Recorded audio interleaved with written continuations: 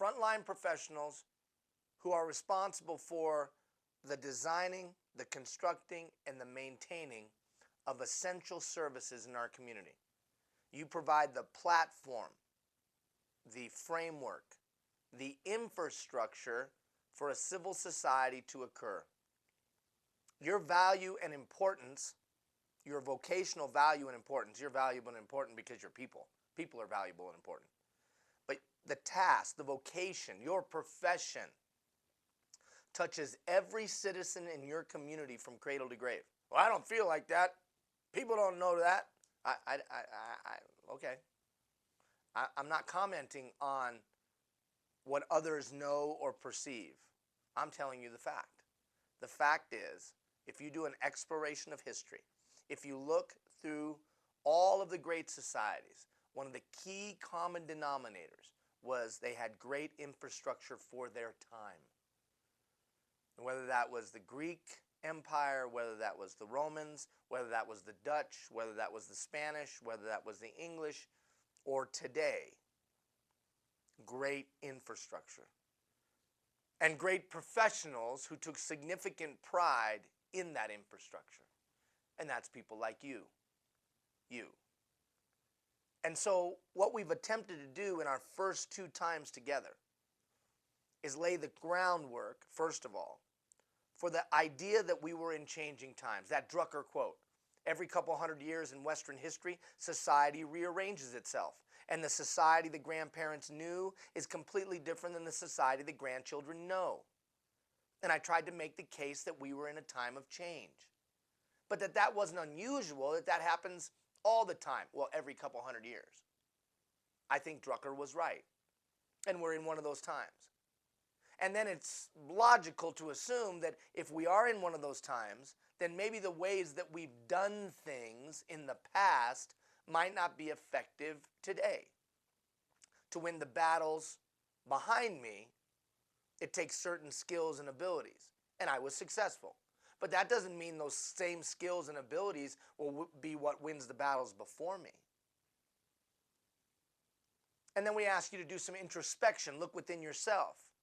And hopefully you took that exercise, that leadership style inventory. And hopefully your boss took it and their boss took it. And everybody started a conversation around, hey, what are you? Are you an energizer? Are you a researcher? Are you a nurturer? And it wasn't some namby-pamby silly colors or animals. It was an attempt to better understand each other so that our team can be in greater alignment, so we have less stress. And we're more efficient and we're more effective. And that we're more able to cope in these changing times.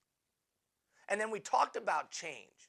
And we talked about your reaction to change and my reaction to change.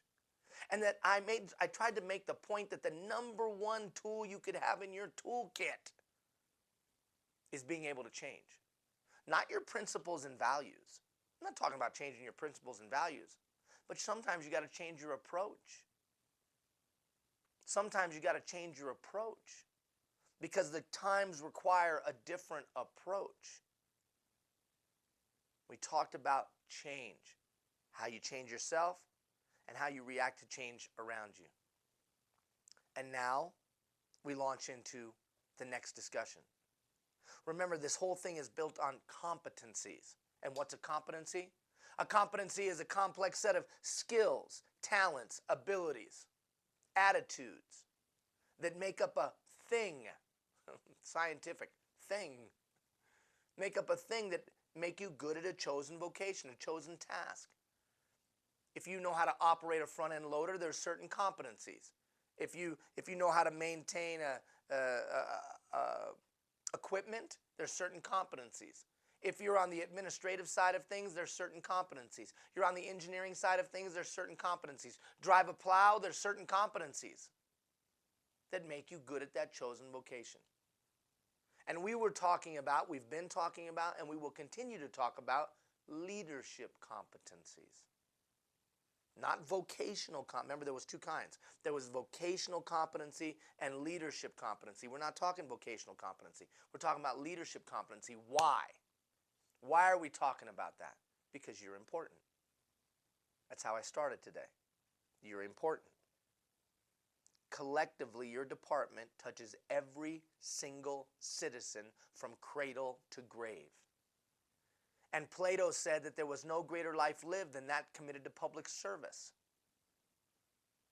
You have a generational impact, in fact. The infrastructure that you maintain was here before you and will be here after you in many instances. For some of you that work on the water side of things and the preservation side of things, your efforts will ensure that there's clean water and safe water. That's a big deal. Others of you, the bridges, the roads that you maintain, of which billions of dollars of commerce transverse on a monthly basis, and hundreds of children, if not thousands of children, go to and from to school. They won't just be here for this generation. Hopefully, through our diligence and our efforts, they'll be here for the next. You're important. You're a leader. Oh, I'm not a leader. It's not I don't have a title. Hey, man, in today's day and age, titles don't mean anything. Titles don't mean anything. It's about our ability to get things done. That's how we lead. And we've been having this conversation with your boss and your boss's boss and you. The idea being we'd have a whole conversation, whole department having a conversation at one time. All right. So today, we continue that discussion. That was a long preamble, Ian. Yes, it was. It was exactly 9 minutes of preamble, I think. But we got to set the stage. So now we launch into the next 3 weeks. The next 3 weeks. Well, what is it? I'll get there. But before I do, the dilemma, the challenge, if you will, that you face and that I face in this changing time. The dilemma is that there's not enough time. There's not enough energy. There's not enough resources to get done everything that we need to get done as a department, everything that we need to get done in our group, everything we need to get done individually. There's not enough time. Not enough energy. Not enough resources. I don't know if you ever felt like that. I felt like that. Looking at all the different roles that I play, all the different roles that you play. Many of you are dads and moms. Many of you are spouses or significant others. All of us are somebody's kid, right? All of us, except for, I think I came from under a rock. But all of us, the majority of us, maybe you know some people like that as well. Maybe you're sitting next to them right now. So all of us are somebody's kid, somebody's uncle and aunt. And maybe outside of your workplace, you serve on some volunteer board, or you're a Little League coach, or you work with the Girl Scouts or at your place of faith. We all have multiple roles in our lives. And there's not enough time or energy or effort to get done everything we need to get done, let alone ourselves. There's not enough time. You face that challenge, I face that challenge. So the next competency, I think, addresses that. Because there really isn't enough energy, effort, time available, because humans have a finite amount of time, energy, and effort at our disposal. And so something has to be done. Something has to be. There has to be some way. Well, I faced that same dilemma and had to come up with something. Now, I'm not a very educated man, as most of you know. Not the sharpest pencil in the box, nor the brightest bulb in the chandelier. So I had to look. Life circumstances forced me to look, because in every situation or every position of authority I ever held, I was beyond my capacity. In other words, I should have never been in the job. I didn't have the talent, I didn't have the skill, I didn't have the ability. Well, I Googled you. You've done some pretty cool things. Yeah. But in every one of those instances, I didn't have the ability. I didn't have the talent. I didn't have the knowledge. I didn't have the pedigree. I didn't have the diploma. I didn't have any of it. In every single situation, I've been beyond my capacity. And so in each one of those situations, I had to find a way to win. Well, initially, when I found myself beyond my capacity, I started looking for answers. I started looking for somebody, anybody, that could give me some insight into how I could take care of all this stuff. And I came across a guy named Archimedes. Some of you that remember your geometry back when you were a kid, you remember this guy Archimedes. Archimedes was a mathematician. He was an inventor. He was a creator. He was a tinkerer. He was an entrepreneur. He was a lot of things. Primarily, he was an old man when he started knocking all this stuff out of the park. He came up with the compound pulley.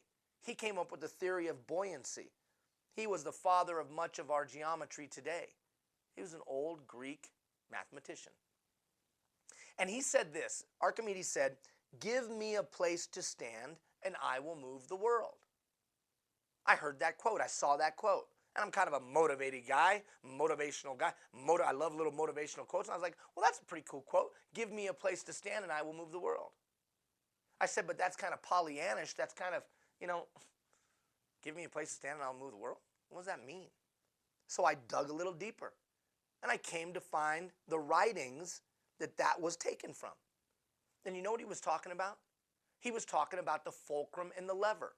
You could use a stone and a stick, or you can use a block and a pole, and you can lift something. You can lift something that you don't have the ability to lift. But through this fulcrum and this lever, or through this fulcrum and lever, you're able to, and maybe you've done that with a crowbar and a block or whatever. Well, that's what he was saying. See, he invented that. And he said this, he said, if my fulcrum and my lever is big enough, I can move just about anything.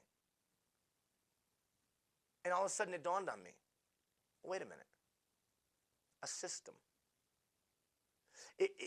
A system. You see, that fulcrum and a lever is a system. And then I looked at athletics because I had coached on the high school and college level, and I thought, well, you know what, great coaches have a system. And then I looked at business, and there was a system, a way, an approach, a process, a procedure. And that fulcrum and lever was able to take the basicness that he was, an old man, and allow him to move a lot more weight than he could on his own. And that's when it dawned on me that the solution to the dilemma that people face isn't that I've got to be better. It's I've got to have a good system. The solution is systems. So in the 21st century, if you're going to be successful, regardless of your pay grade, regardless of your job classification, regardless of your position in life, I think you got to think in terms of systems, because there really isn't enough time, energy, or effort to get done everything we need to get done. So over the next balance of our time, 7 minutes, I'm going to try to make the case for systems thinking and a systems approach to get done everything we need to get done as adults. And then for the next 3 weeks, we'll use a few examples of systems to get you thinking in those terms. Why? Because in your department, you make a significant difference in people's lives. If we can get people to think in systems approaches, not computers or technology, that's not what I'm saying. In a systems approach, holistic, proactive systems approach, then we're going to be more successful. I still don't understand, Ian. I don't get it. Follow me. By definition, a system is simply an organized collection of parts, highly integrated to accomplish an overall goal. Listen to that. A system is just a bunch of parts that we put together and we integrate them deeply. And we get more than the sum of the parts. We get more. That fulcrum and a lever helps us get more. So if we're in tough times, if we're in budget crisis, if we got to do more with less, then systems are the only way. Archimedes was right. But the only way we're going to build great systems isn't because your director is going to come up with 75 brilliant ideas every 3 weeks. It's going to be because all of us are thinking in terms of systems. And the residual impact is that it will help your life. It'll help your life. By definition, a system is systemic. meaning related to or affecting the entire system. But that's not to be confused with systematic or sequential, methodological, step by step. We're talking about holistic. We're talking about big picture. We're talking about being proactive. You see, I would make the case that our whole world is a system, like the solar system. Doesn't it amaze you that a ball of fire in the sky, literally millions of miles away, if it moved 1 inch or 1 centimeter further, or 1 inch or 1 centimeter closer, it would change our very existence here on the planet? Doesn't that just make you go, what? Doesn't it blow you away that there's this white ball at night up in the sky that affects the way the oceans and the tides react and move? You know why? Because there's wires? Because there's wires between here? No wires. There's a system. Gravity. Universe. System. How about biological systems? Your body is a biological system. Your heart. You don't have to think about it. You don't have to contemplate it. Your heart beats. And even when you abuse the crap out of it, your heart still beats. Even when your physicality is such that it puts a strain on it, your heart still beats. Even when you pollute yourself, your heart still beats. Phenomenal system. There is no system on God's green earth like your heart, but it's a system. How about mechanical systems? There's a thermostat right over there on the wall. It's been designed for a specific purpose and task. And when all of the elements of that thermostat or that system are in place, you get the intended result. Listen to what I just said. The thermostat on the wall was built for a specific purpose. It's connected to other things. And when it's all in alignment, you get the result that's intended. It's comfortable. Now think about your department. Think about you specifically. Is there a system? Most systems sound like this. I don't know, just what we do around here. I don't know, just what we do around here. I don't know, that's not going to change.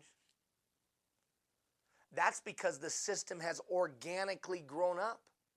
It wasn't designed for a specific purpose, or when it was way back here, that specific purpose got lost and no one maintained the system, so it just kind of grew into something. And that's why we do this. I don't know, just what we do around here. I know, it doesn't make sense. And then we wonder why we don't get the result that we intended, or that we had hoped for, or we aspire to. Not because the people are bad, but because the system. How about mechanical human systems, like a bicycle? Doesn't it amaze you that you can be on a bicycle and you turn that thing and you go really fast? The gears allow you. How many of you are from my generation and you had a 5-speed? Or maybe you had a 10-speed. Yeah, come on now. I had a 1-speed. And then I got a 3-speed. My dad hooked me up with a 3-speed. And then Keith Hoffman got a 10-speed. Yeah. And I took my little card, remember my playing card, and I put it in the front wheel with my little clothespin, and I had my 3-speed. Click, click, click, click, click, click, click, click. And there wasn't anybody in my neighborhood, Chauncey Street in Tucson, Arizona, that could beat me on my bike until that damn Keith Hoffman got that 10-speed. And you know, I could hear him behind me when he'd kick it up into that 10th gear, because it would go like this. You'd hear that little chain, click, click, click, click, click, click, click, click, and you would know that now all of a sudden he's coming at you with that 10-speed. Was he stronger than me? No, he was not. He was a skinny runt. Was he tougher than me? Hell no. And if I saw him today, I would still say that. Why could he beat me every single time? Because I was over here on my 3-speed. He was on the 10-speed. Mechanical human system. In some white space, write this: force multiplier. That 10-speed is a force multiplier. If we're going to get more done with less in difficult and challenging times, where failure is not an option. Look, infrastructural failure is not an option. People need water. People need safe roads. The only way we're going to do that is effective systems. The only way we're going to keep our sanity is effective systems. Keith Hoffman had a better system than me. He had a 10-speed. I had a 3-speed. Sounds like that left a scar on you. Yes, it did. How about ecological systems? How about predator and prey? Predator and prey. How about on the Serengeti Plain? Mutual of Omaha's Wild Kingdom. Marlin Perkins. Some of you from my generation know what I'm talking about. Marlin Perkins. And then there was the wildebeest. And then there was the cheetah or the lion or the lioness in the tall grass. And she came out of that tall grass. Rah! She took down the wildebeest. And then her cubs came and ate. And then after the cubs ate and they were full, ooh, then all of a sudden who came along? The hyena. Woo, woo, woo! The hyena came. The hyena came and ate. And then who came? All of a sudden the vultures came. And then the ants came. And then the larvae came. And then the little mites that we can't even see came. And then it decomposed into the ground, that wildebeest. And then the flowers come up. That's a system. That's a system. Social systems. Social systems, like in your workplace. That's why 3 of you sat over here and 2 of you sat over there and 4 of you sat over here. Because there's a system going on. Really? Yeah, it may not be perceived. It may be unintentional, but cliques, social groups. How about this one? I don't know. I'm just excited to be pregnant. My mom had me when she was 15. Her mom had her when she was 15. And I'm about to have a baby now at 16. Wow. System. Or how about this? I don't know, we're just doctors. I was a doctor. My dad is a doctor. His dad is a doctor. Just doctors. System. System. Deming, the great business guru, said this. He said that 80% of the problems in the workplace are systems, not employees, not individuals. It's just a bad system. That's like me sitting at the restaurant the other day, looking at the window of the restaurant, you know where they put the food up, looking at the window there, and I can see my burger. I literally can see it. There's nobody else in the place. And yet I can't get my burger because the gal is running to 7 other different places to grab the things. She's grabbing me ketchup in one place. She's grabbing me mustard in another place. She's grabbing me mayo in another place. She's grabbing me napkins in another place. She's got to run to 7 different places. And I'm watching her run around, and I finally just got up and got my burger. And the manager's like, what are you doing? I'm like, hey, that girl's got to run to 7 different places to get me my burger. Well, yeah, you know, all those things need to be brought to you. You'll want them. I said, yeah, but you as the manager should build a better system so she doesn't have to run to 7 different places. Systems thinking. Why are you taking so long on this, the setup? So that you can start to think in terms of systems. If I can get you to see systems because of your vocational knowledge, because you've forgotten more about what you do than I'll ever know, you'll start to think in systems. And you'll start to say to yourself, now why do we put that over there? And why does that go over here? Or why do we process things this way? Or why do we push paperwork through like that? How can we gain efficiencies through better systems? How can we lower stress through better systems? But it isn't, I don't think it's a good idea to have somebody far, far away from you come up with the system you should use. It should be you. Benjamin Franklin said this, let the people closest to the problem solve the problem. So if we can get everybody involved, the thousands of professionals across the country that are across North America and beyond that are participating to be systems thinkers, better systems thinkers, then I know you'll come up with a great idea. Your great idea can be shared with all the other departments. But the first step is the way you think and approach things. Performance systems. How do I manage time? How do I manage marketing if you were in business? Or how do we manage things? It's about good systems. Have you ever just been so stressed out and said, this is stupid? Why do we do it like this? A system is an organized collection of parts that are highly integrated to accomplish a specific desired outcome. That frustration is because either the system was built and is no longer applicable, or we're not following the original system that is still applicable. It eroded systems. System thinking means that we have to move. Systems thinking, not systemic thinking, sequential thinking. Systems thinking, proactive, holistic. Systems thinking means that we have to move from seeing just the parts to seeing the whole. We have to move from things to relationships. How does this thing and that thing relate to one another? Not just the thing itself. We have to move from structures to the process. We have to move from hierarchy to network. Metcalf, one of the guys that was the founder of the internet, if you will, not Al Gore, but Metcalf. He said this, he said, if I could come up with a way to get 5 people to be deeply integrated, they could probably do the work of 20 people. Wow. And look where we are today with technology and all those things. There's an opportunity, not that we've always used it this way, but there's an opportunity for his vision to be a reality. We could get more done through greater connectiveness, more highly integrated. We have to move from rationale to the intuitive. We have to move from analysis, what just happened, to creation. Let's intend this to happen and build a system accordingly. Okay, so with all of that said, where do you stand? Let's do a quick self-survey. So the second competency is big picture, holistic systems thinking.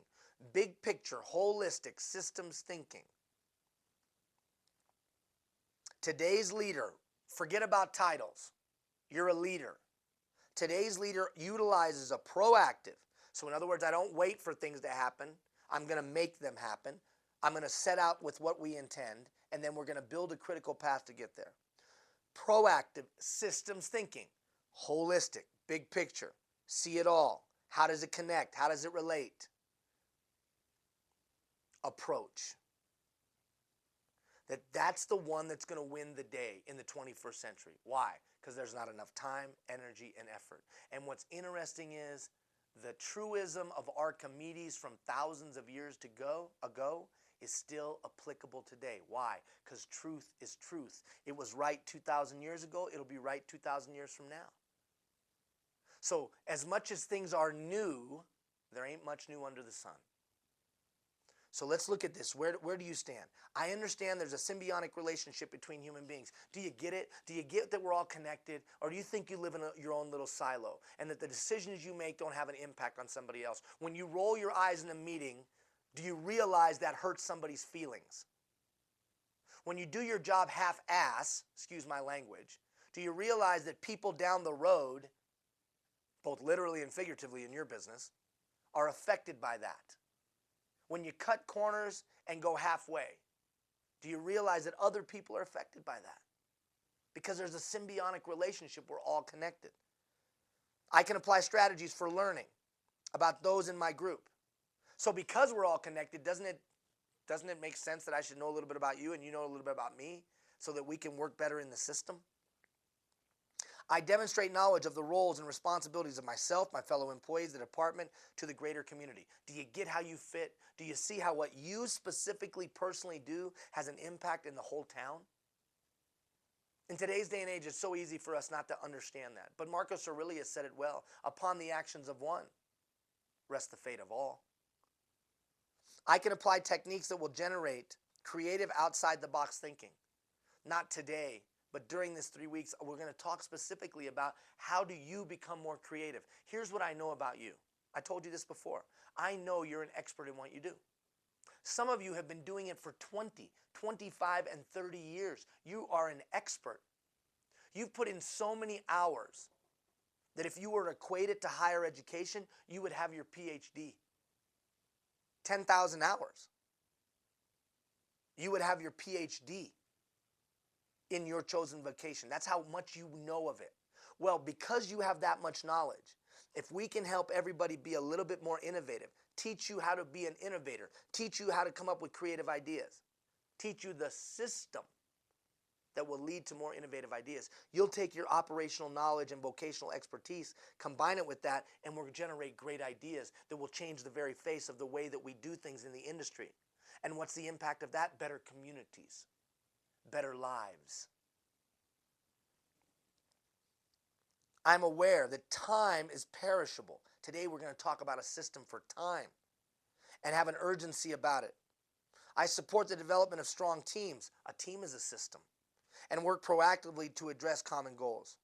I see how I personally affect my team, the department, the community, and beyond. My community is a direct reflection of me. My nation is a direct reflection of me. The world is a direct reflection of me. Now, I'm not saying you're going to change the whole big bad world, but you can handle your little corner. I say that all the time. You can handle your little corner of the world. And on a side note, that's what this thing is all about. That's what this is about. This is a couple people's crazy idea that if we can talk over an extended period of time to important people, you. Why are you important? Because you make a significant difference in people's lives. Infrastructure, platform, framework for community.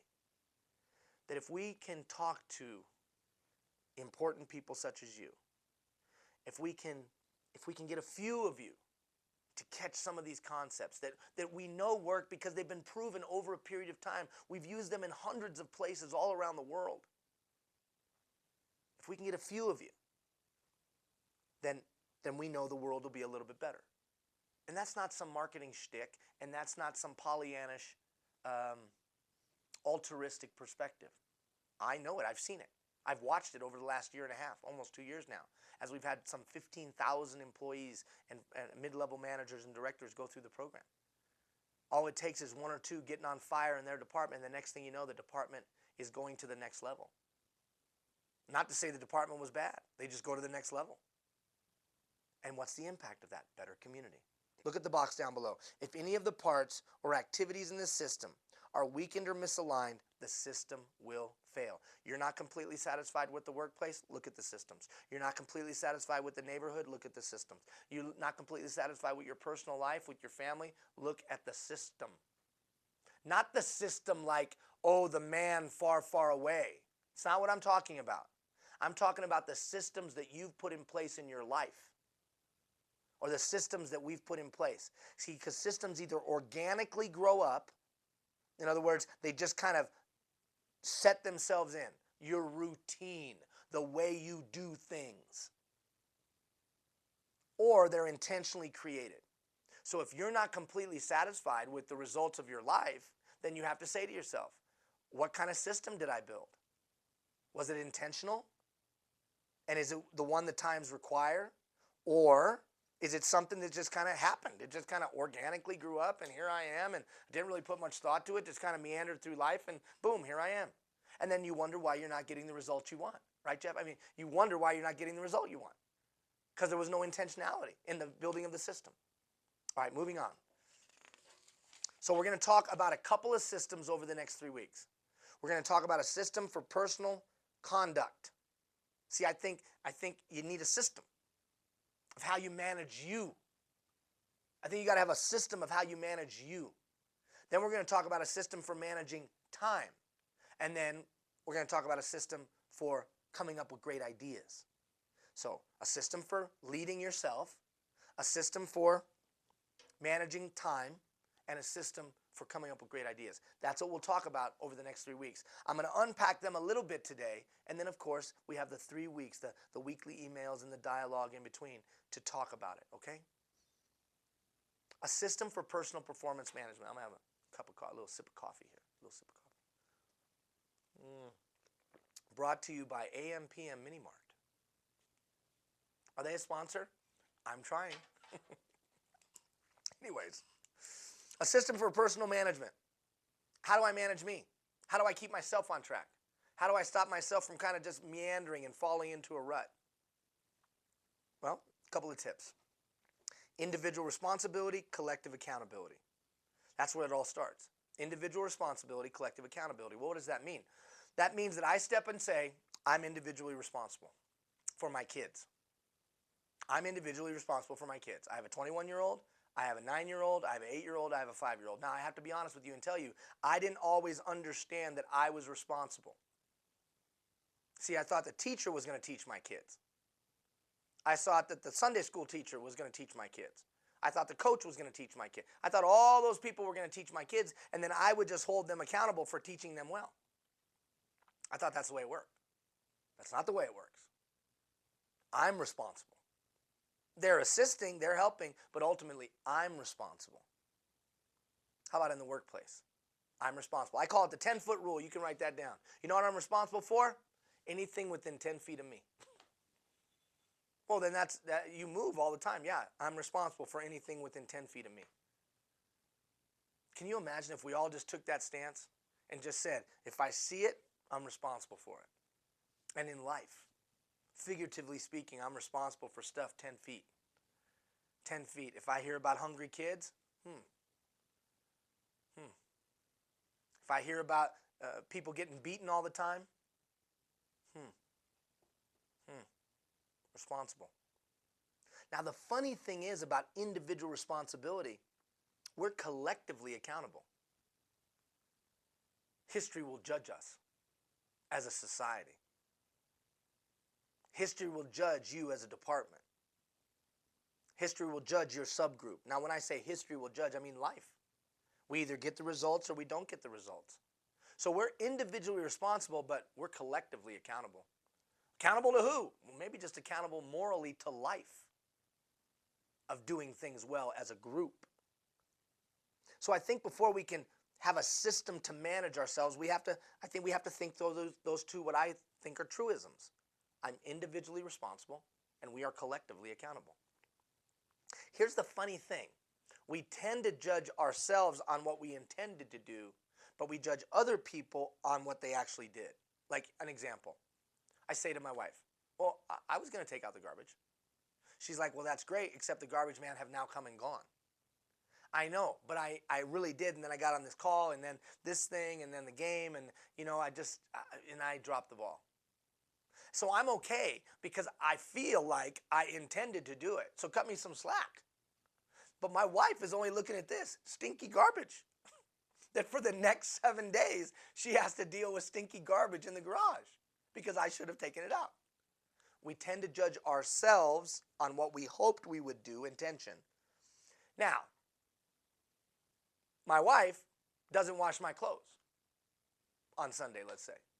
Well, come Monday when I got no underwear in my drawer, I'm like, hey, where's my underwear? And my wife says, well, I intended to do that. But then the kids and the sickness and the thing and the blah-da-da-da, and I just didn't get to it. And frankly, she says, if you wanted to wash, why didn't you wash it yourself? Well, because I do the garbage and you do the trash. You do the washing. She intended to do it, but how am I judging her? I'm judging her on the fact that I ain't got no underwear. Now, that's not to be sexist. I'm just making two examples. How about you? When your coworker does something, what are you judging them on? Well, you're probably judging them on their performance. How are you expecting everyone to judge you? Performance or intention? That's another key to building your own personal performance system. Next, a code of conduct. You say, oh, come on, Ian. Next thing you know, we're going to have to do a mission statement. Okay, well, I don't know whether it's a mission statement or value statement or beliefs. Some people use those tools to help them create a system of where they're going with their life, where they're going with their day. Some people have a faith-based system, the faith that they believe in. They use that system. I'm not telling you what you should do. You live your life. You're an adult. But I know this. I know that a code of conduct, a personal system of principles and values and standards of behavior will guide what you think, say, and do. See, I think you do need to have a true north. I think that's one of the keys to an effective system of managing myself and my performance. But I don't think it has to be complicated. I don't think you need to pay Anthony Robbins $15,000 in 3 easy payments, or buy some books and tapes. I think it's pretty simple. And I think it boils down to this simplicity. Ask yourself 3 questions over the next week. Ask yourself 3 questions over the next week. What are the 3 values that you hold dear, and how would somebody else see them? Intention, action, result. So, not just I stand for this. Well, then how would I see that every day? It's like I love hearing people say, I stand for tolerance. And they're oftentimes the most intolerant people I've ever met. Or how about this one? I stand for everyone's right to speak. And then they won't let anybody else talk. I just find it amazing. I stand for life. And then they're happy to kill somebody. I don't get it. And I think that's on all sides of the aisle in the political spectrum. Remember, I'm not the sharpest pencil in the box. I just think you have to have some things you stand for, and you got to have some ways that people see it in reality, in daily life. So what are 3 things that you value, you hold dear, and how would I see it? Write those down over the next couple days. Because we're building our code of conduct, that true north that decides when we have to make decisions, priorities, which way we think, which way we speak, which way we act. Our code of conduct is what helps us do that. What are 3 things your coworkers can absolutely expect from you, no matter what? Now, some of you, your coworkers can absolutely guarantee you're going to make a smart aleck remark. Just guaranteed. For some of you, your coworkers can absolutely guarantee you will be 10 minutes late. Guaranteed. Write it down. For others of you, your coworkers can absolutely guarantee that you give your best effort every time. They know it. For others of you, your coworkers can absolutely guarantee that you'll be there with a kind word in the midst of chaos. What can people absolutely guarantee for you? See, I think it's an intentional exercise because you're creating the system. Highly integrated parts that you intend to achieve a certain outcome. What are 3 things people can absolutely guarantee for you? Finally, what are 3 things you just will not tolerate in yourself first? I always find it at least amazing with myself. Sometimes the things that I don't tolerate from other people, I do all the time. It's so amazing. I won't tolerate it in somebody else, but I find myself doing it all the time. And I think if people were honest, I think we all do that. But I know at least I do that. So what are those 3 things? Won't tolerate dishonesty. Won't tolerate a thief. Won't tolerate disrespect. Won't tolerate someone being hypocritical. Well, if you won't tolerate it in somebody else, have you set the same standard for yourself? Individually accountable, individually responsible, collectively accountable. The funny thing about this simple exercise is it helps focus us. It gives us a system. Here's the true north that we'll use to define us. Now, if you want to have a mission statement, awesome. If you want to have a value statement, awesome. You want to go off on a retreat and sit on a mountain and contemplate life, awesome. You want to have an altar experience, awesome. All those things are awesome. That's awesome. But it's always going to boil down to this. It's always going to boil down to these things. So ask yourselves the question. All right, moving on. Next system. Now remember, we'll talk more about that in the coming weeks. Just like we'll talk more about this, but I want to set the tone in our remaining balance of our time.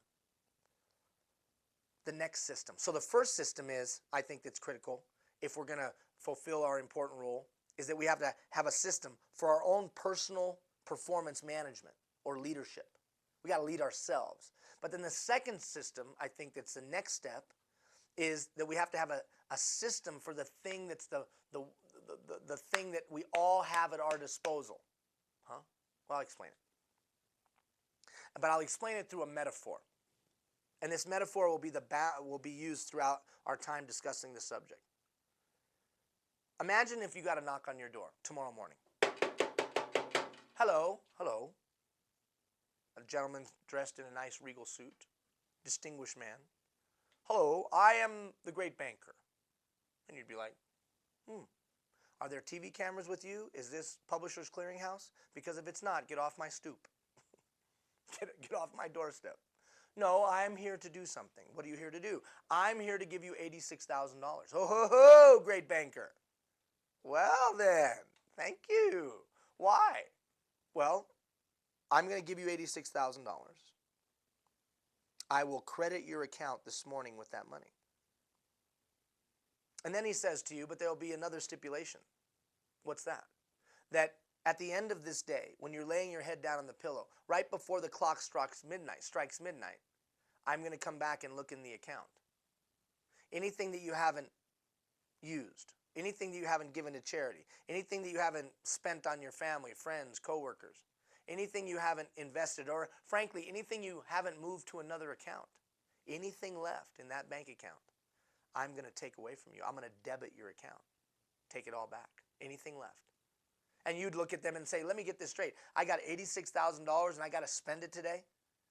Yes, he says. Because when I come back, I'm going to take it away. Anything that's left. And then you look at him and you say, well, wait a minute now. Let me get this straight. Let me understand the rules to this game.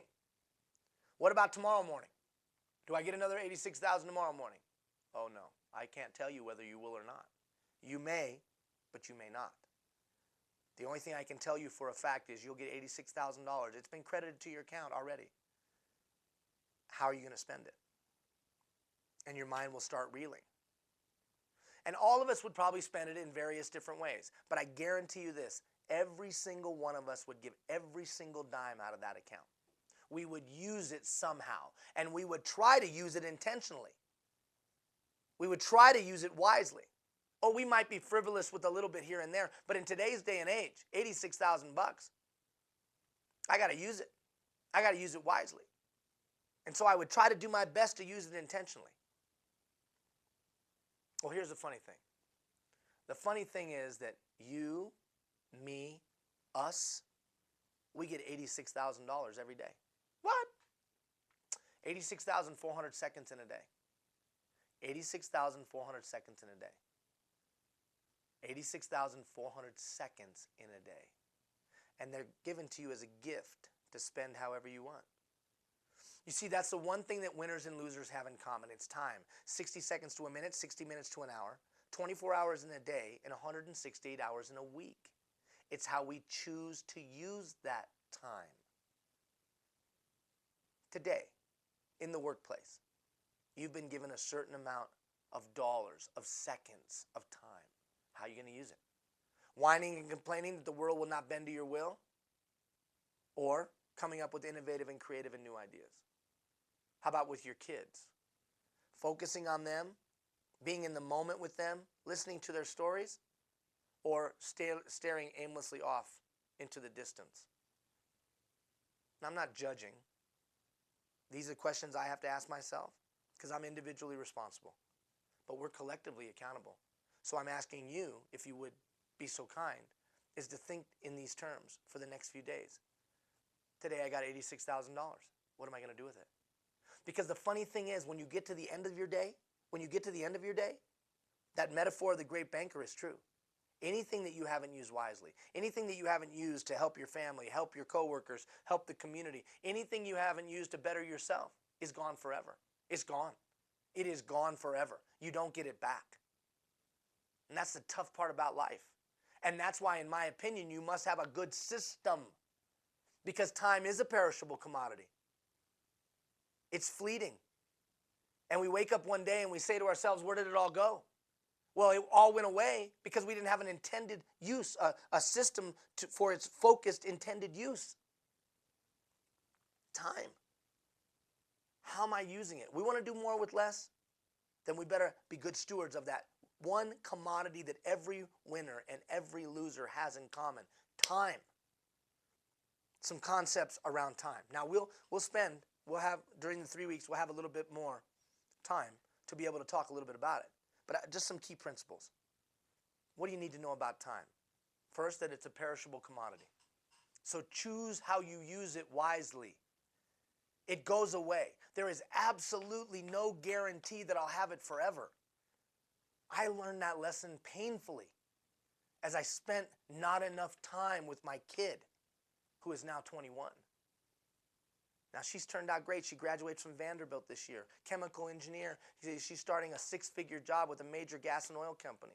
Just here in a few months. She's turned out great, in spite of me being not so great. Oh, it wasn't bad, but I just didn't spend the time. Now, luckily, life's given me a break, and I get to keep working on that. But what if life hadn't given me a break? Missed opportunity, lost. Time. It's a perishable commodity. When we start to think in those terms, we start to stop and say to ourselves, now, am I sure I want to go do this? I don't know if that's a good use of my time. Oh, wait a minute, am I sure I want to say that? Because that's not probably effective use of those words. See, I think as soon as we add this to our code of conduct, that time is a perishable commodity, all of a sudden we start to check ourselves a little bit. And we don't waste time as much. We have to understand that the one thing that winners and losers have in common. I am dumb as a box of rocks. I took the short bus to school. I don't have any fancy letters after my name. But you know what? Through God's grace, I've been able to effectively use some time. Because it's the one thing that winners and losers have in common. We all have the same amount. That's a level playing field. 24 hours in a day and 168 hours in a week. That's a level playing field. I couldn't choose that my skin is brown. I couldn't choose that I was adopted. I couldn't choose that I lived in all kinds of different homes. I couldn't choose all that. But the one common denominator was I had the same amount of time as you. And it's going to be about what I do with it. And it's going to be about what you do with it. And collectively, it's going to be about what we all do with it. Pareto's principle. Pareto said that 80% of the stuff gets done through about 20% of the activity. So follow this little sequence. I only have so much time. I better be wise in how I choose it to do with it. Then Pareto said, well, there's actually some activities that get you better results than other activities. Oh, so I should spend my time doing those activities, right? Right. So what are those activities that get you what I call an ROI? Pareto said that there was 20% of the activities that get you 80% of the results. So if I can identify what those activities are, I'm probably going to get a greater result, a return for my time invested.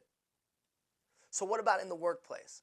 What in the workplace helps you get more done? What's that activity? Is it when we sit and have a good, solid meeting where we're all on the same page? Yeah, well then we should do that more. How about in your home? Is it spending real meaningful time with just you and your kids and your wife or your husband or your significant other or whatever, where you turn off all the technology and you turn off everything and we just play a game at the table and have supper together? Is that a great activity? Yeah, well then do that more. See, that's the funny thing. All of a sudden, success is in my hands because I have a choice in how I use my time. I can identify those activities that will give me the greatest return. And when I do that, success will happen. And then finally, some basic fundamentals, which we'll go into in a greater degree when we unpack time for that week coming up. But a couple of the basic fundamentals. One is I got to have some kind of plan. See, if I'm reacting to the use of my time, it will always be less efficient and effective as if I'm proactively using my time. That's why it's called proactive systems thinking. So when I sit down and put together a plan, that's a fundamental. Some kind of tool to organize my time, not just off the top of my head. Because at some point, I'll get to a place where I can't hold it all in my head. All the different things I'm responsible to do. So I got to have a tool. So I got to have a plan, I got to have a tool. And then finally, I got to check the plan regularly to see if that's still a plan that's effective based on the times that I'm in. Is my plan what the times require? Now, we'll unpack those fundamentals to a greater degree when we talk for a whole week about time. See, I think it's that important. if people can be more efficient and more effective, if they can maximize, look what it says there, maximize the utilization of their time, then we can get more done with less. See, although this seems quite conceptual, I think it's very practical and can have significant impact. What do you mean?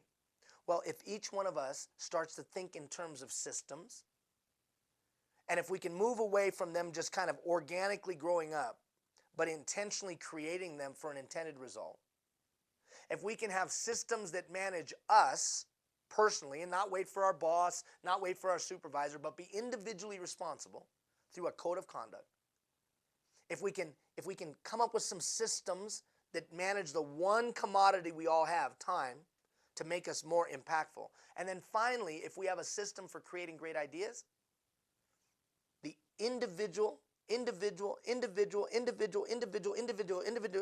all the individuals that do that collectively will make the world a better place.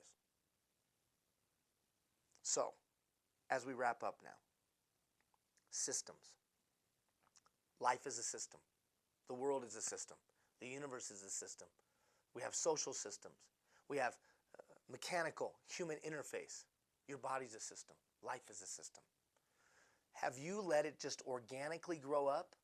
I don't know, that's just what we do around here. Or have you created it intentionally? Either way, if you're not completely satisfied with the result you're getting, you got to look at the system.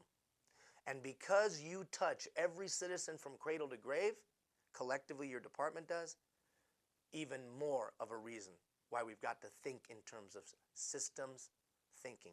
Proactive, holistic systems thinking. All right, for the next 3 weeks, we'll unpack it. For the next 3 weeks, we'll talk about it. And I ask you to thoughtfully consider some of the things we talked about today and we'll talk about in the next 21 days. You're important. The work that you do has significant meaning. And I know you don't just live in the four walls of your department. I know you play roles in other aspects of your life. And these concepts are transferable to those. And whether that's as a parent, as a spouse, whether that's as a neighbor, whether that's as a Little League coach, Girl Scouts in your faith-based organization, or frankly, just a citizen of humanity. There is no doubt we're in difficult and changing times. And regular people like me and you are the only ones that are going to make it better. Thank you for all you do. We'll see you soon.